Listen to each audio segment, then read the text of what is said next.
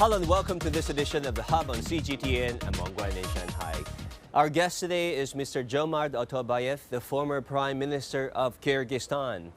How does he see the challenges and opportunities facing the Chinese economy? Why does he see the Belt and Road Initiative as a game changer for the entire region? And how does he see the rise of the Global South shaping global norms and governance going forward? Here's my conversation with the former Prime Minister of Kyrgyzstan. PM Otorbaev, so good to see you, and it's even better to see you on our program, The Hub on CGTN. Thank you so much for doing this. I want to begin the interview by talking about your country, which have been having the pleasure of doing so. High population growth rates, very youthful population, GDP growing for years on the row, and it's well positioned in a very important strategic location of the world. Actually, among the qualities which are listed, the best is educational level of our population. This is a legacy of the Soviet Union socialist system, when all of our parents wanted to spend last penny for education of their children. It's not only in my country, in all countries of Central Asia. It's number one. Number two, we these days start to talk more about Central Asia. Not any single country, because they are relatively small. All in all, Central Asia is only 80 million population. So the territory is big, but in terms of economic power and in terms of market, it's still not as big as we wish. But that is why we should expose ourselves not as 5 different entities, but as one region. And now this concept bringing a lot of positive fruits. And then coming here for the ESG summit, what is your biggest takeaway from this conference? Any interesting exchanges that you think is important, not just for China, your region and the world? No, it's absolutely clear to everyone that China are taking leadership in sustainable development. If you look around, China delivering the most incredible results in sustainable development. Internally, and offering to outside world its own model on how to make practical in order to make better efforts around the world to make our planet more sustainable. And without pulling to this process private sector, it is impossible to do. So ESG is a method through which quantitatively one or another company could be judged based on sustainable development, on governance and social responsibility. So now China doing a lot of work on making this criteria to be decisive, to replace current, let's say, classical stock market for evaluation, to different approach, different area. That methods developed in other places as well, but China is absolutely leader in that area. We've heard a lot about ESG, and on the surface, of course, they stand for environmental, social, and governance. What is your understanding of this concept ESG, which I suppose originated in the Western world, but is quickly picked up here in Asia, and then becoming a guidance for action plan? In short, I am not the biggest expert in ESG. But in short, my understanding of this concept that if you look to the current stock exchange valuation, it's only sales and profit. Two numbers dictating whether company is successful or not. Without any reflection how one or another company doing things in environmental protection, in social justice, and in governance architecture. Now, if we will include next to the profit and sales number those parameters, it will be much more comprehensive. Then companies, investors will look to this criteria very attentively. They said company A is doing very bad in environment, so valuation will go down. Though before nobody paid attention to that. Or company B is doing great things in social protection of their employees. Before, nobody cares how, in which situation employees were working, or governance structure. So this is more fair way to evaluate commercial companies. And now different models employed. There are a few models in the West, many models in China. All of them compete. And rather sooner than later, it will be more uniform approach on how this method can be used for fair valuation of business practices. And there's a very original point of view. Talking about clean energy and sustainability, China is recently targeted by the European Union, who levied countervailing duties on Chinese-made electric vehicles, who they claim is flooding the European market, exporting the overcapacity from China to Europe. How do you look at this move? Why do you think the European Parliament, the European Union come to this conclusion? And what is its impact for China-European economic relations? Yeah, that's a big problem for Europe.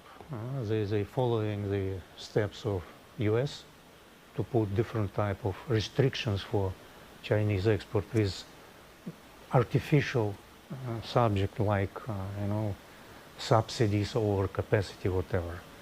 So my definition of sanction, that sanction is recognition of defeat. Companies cannot compete, respective companies in Europe, so they're lobbying respective governments in order to restrict Chinese competition of internal markets. This is not normal, because competition is the name which title is driving progress. Inside the countries, one of the most influential government agencies, anti-monopoly agency, very influential everywhere, in order not to get monopolization, in order to strengthen competition.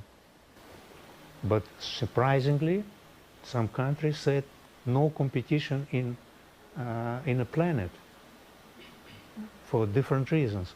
I advise everyone to visit China and see what is the success of Chinese enterprises. The success is fierce competition. Internal competition is really brutal, even everywhere. That is why those who survive competition became the best in the world. I would even invite anybody to visit Chinese restaurants. Top quality, cheap. Reason? Competition. I have been visiting in Beijing, all included. All you can eat buffets? All included. Everything, most sophisticated seafood stuff, alcoholic drinks included. 230 yuan. Why? It's competition with driving Chinese efficiency, not any artificial word which somebody would invent. You're also very invested in science and basic science research. We were talking about the fact that you represented your region in a major global science context back in the day. But we have an issue here. The United States is stepping up its science and technological containment of China, passing CHIPS and Science Act years ago, with 25 bills passed in the recent months targeting China, restricting exports. Do you think it will work? What do you make of this impact? At that conference, I want to tell about one important thing. China overcoming the rest of the world in many different areas, now in high technology. Last year, Australian think tank made analysis who is the leading country around the world in 44 critical high technology digital areas. China, number one in 37 out of 44. Tremendous achievement. You mentioned semiconductors, is still some gap, but not anymore critical.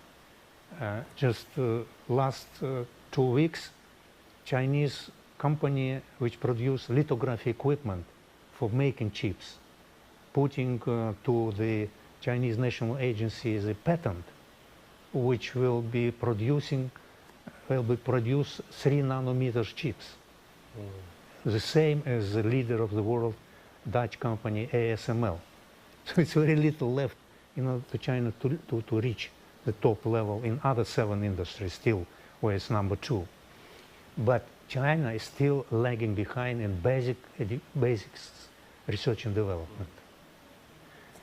I will tell that from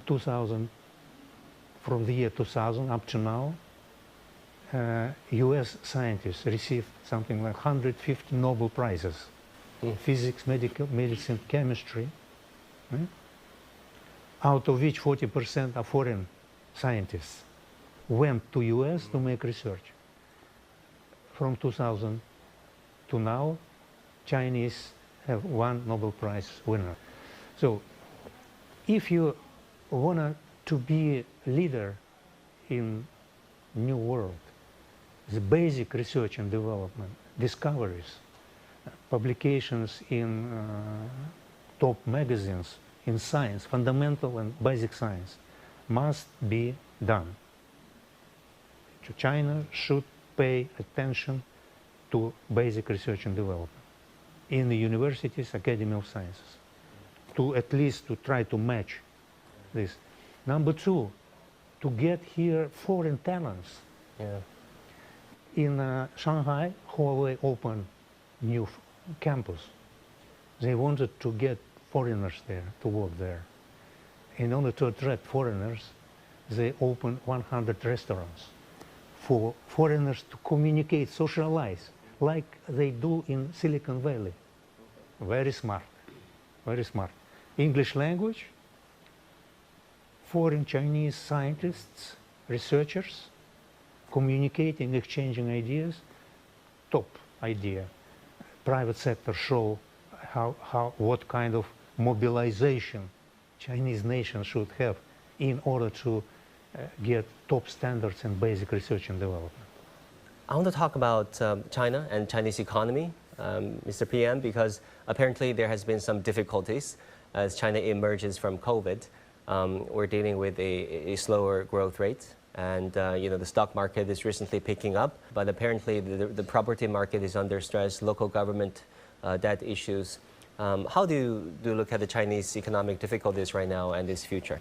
It is objective fact because previously Chinese economy used so-called low-hanging fruits. If you invest heavily to real estate and infrastructure, your economy numbers will be healthier. Now you need to continue investments, but those investments now are limited to, I would say, to high technology area, to modernization, high quality development. And then it's kind of transition.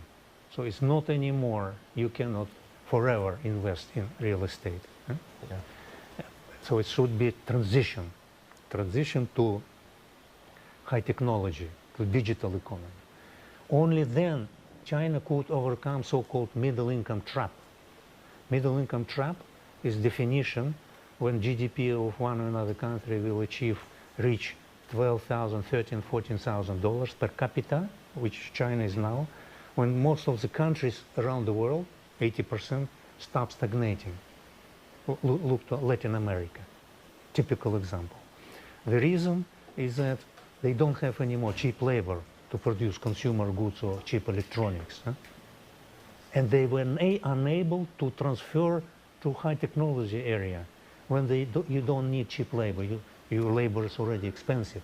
They need to jump into completely different economic model. And one of the examples of the country which passed it successfully is Korea, South Korea. Yeah? They overcome this. They now much higher than. So China in this transition period, a transition period which you don't require any more such intensive labor.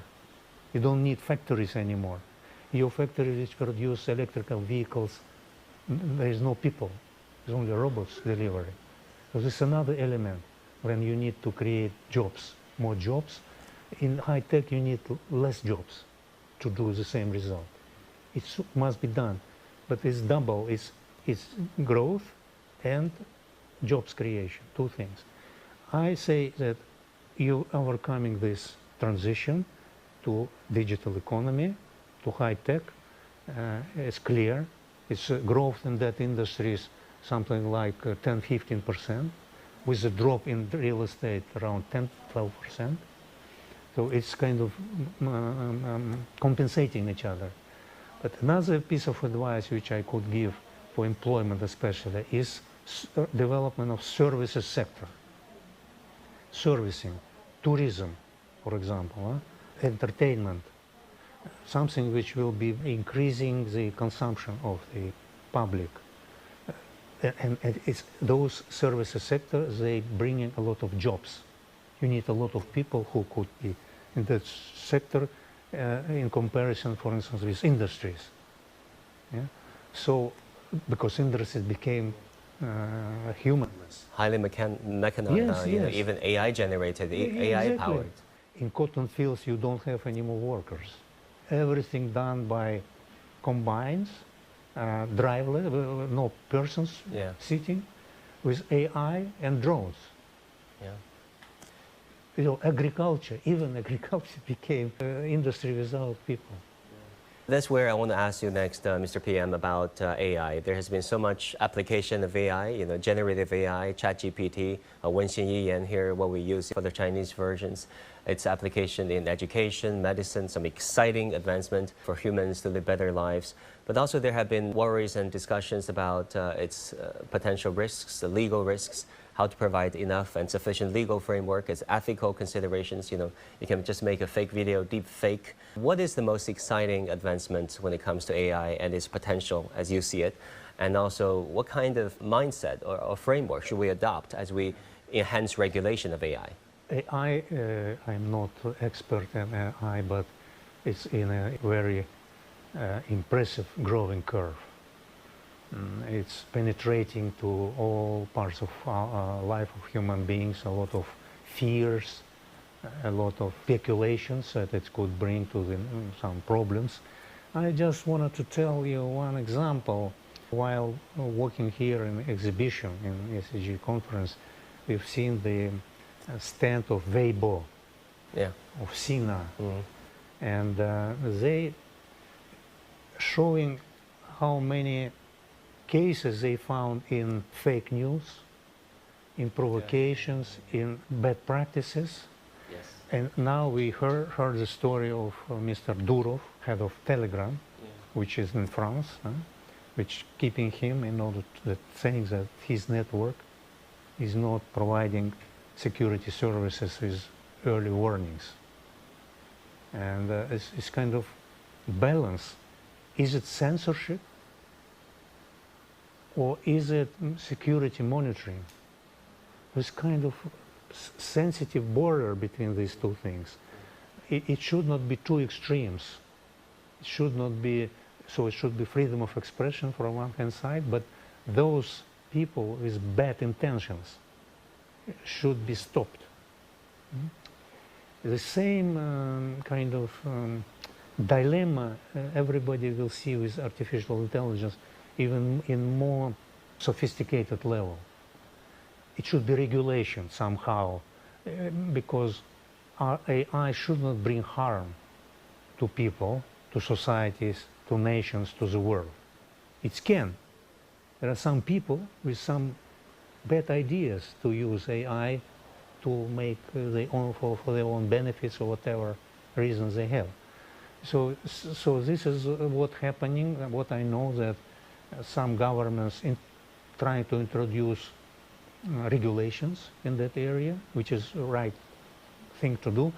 But what's happening is that development of this technology is much faster that regulators can regulate. And that it might be the gap which always will be keeping, though it might go to a wrong direction. So more attention from the regulators should be paid in order not to throw baby with the water from the one hand side, but from the other side to guarantee that that new technology will harm human beings or civilization. And Mr. PM, I wanted to come back to the region and talk about some exciting projects under the Belt and Road Initiative, of which you are a champion. There has been this China-Uzbekistan-Kyrgyzstan railway that has been finally announced by the leaders of the three countries. How do you see its progress, its implementation, and once complete, and its impact to the entire region? We are in Central Asia very emotional about good old times of Great Silk Road, when our region was the most prosperous part of the world because it was not landlocked, as it is in geographical terms, but land connected. With China-Kyrgyzstan-Uzbekistan railroad, it will be the shortest railroad between two major economic powers of Eurasian continent, China and Europe. And we will be in between. So we will be benefiting not only because of it transiting, but we also can increase trade between ourselves along this trajectory. But another point is that it will be linked to Central Asia with another railroad link, north-south, to Indian Ocean from, let's say, north. Yeah. So it means that in Central Asia we will have hub when goods could move both east, west, north, south, and be used for exchanging of goods. And it's exactly the traffic which worked in old Silk Road times. And then, of course, with understanding, appreciation of achievements of China in high-speed railways. You're a big fan of that? Yeah, it could be fantastic to employ it elsewhere. Simply because now you have huge capacity of your engineers and technicians which already made this internal network because Chinese engineers can do it. Another point is to move it to the west. You can do it, huh?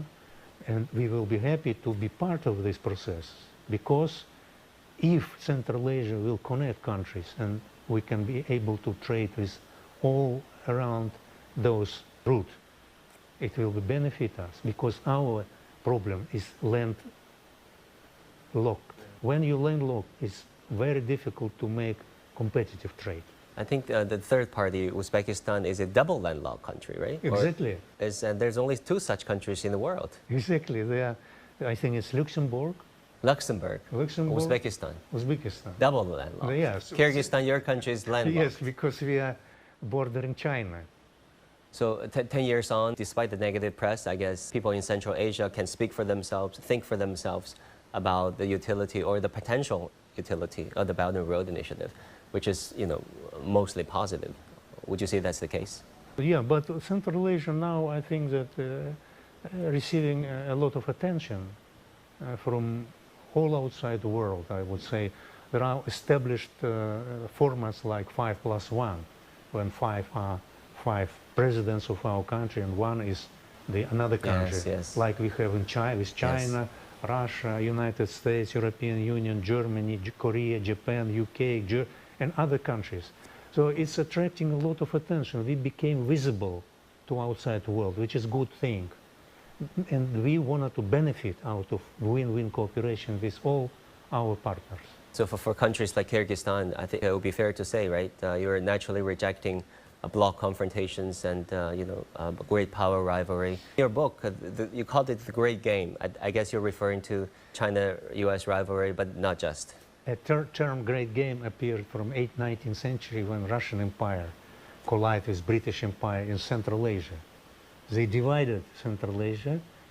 Afghanistan went to British. We five went to Russia. And then who? British. And then Central Five went to Russia. Afghanistan always was part of Central Asia. Great Game was between British and Russian Empire in 19th century. They divided Central Asia for political reasons. Because British, they were feared that Russian Empire would go up to India. Now Afghanistan, and we passed socialism with Soviet Union. These two different things. Yeah? This is Great Game title, slogan which came from that all good times of division of Central Asia. PM Otorbaev, it's always good to pick your brain, and thank you so much for doing this. Thank you very much. Always pleasure to speak to you. Thank you, sir. Thank you for watching this episode of The Hub on CGTN. I'm Wang Guan in Shanghai. I'll see you again next time.